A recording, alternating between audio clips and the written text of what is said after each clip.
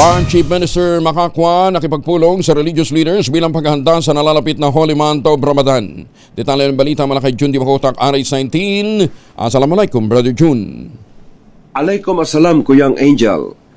Tinipo ni BARM Chief Minister Abdul Rauf Makakwa ang lahat ng religious leaders sa Bangsamoro Region upang talakayin ang mga kinakailangang paghahanda para sa nalalapit na Holy Month of Ramadan either February 17 or 18, 2026, depende sa moon sighting.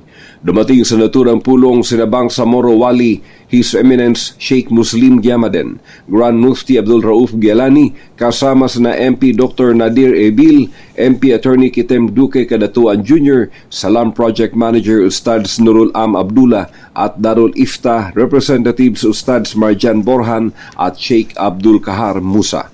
Ang pulong ay sumentro sa usaping mapanatili ng Bangsamoro Government ang mga programa at kinakailangang serbisyo na nakabatay sa pananampalataya at moral governance habang mas lalong pinagtitibay ang mabuting ugnayan ng bawat religious leaders sa rehiyon.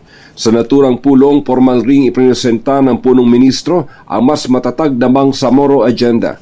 Hanggang dito magpapatuloy ang guidance ng religious scholars upang matulungang mapanatiling responsive ang pamahalaang Bangsamoro para sa kapakanan ng mamamayan na nakaangkla sa mas malawak na mithiin ng Bangsamoro.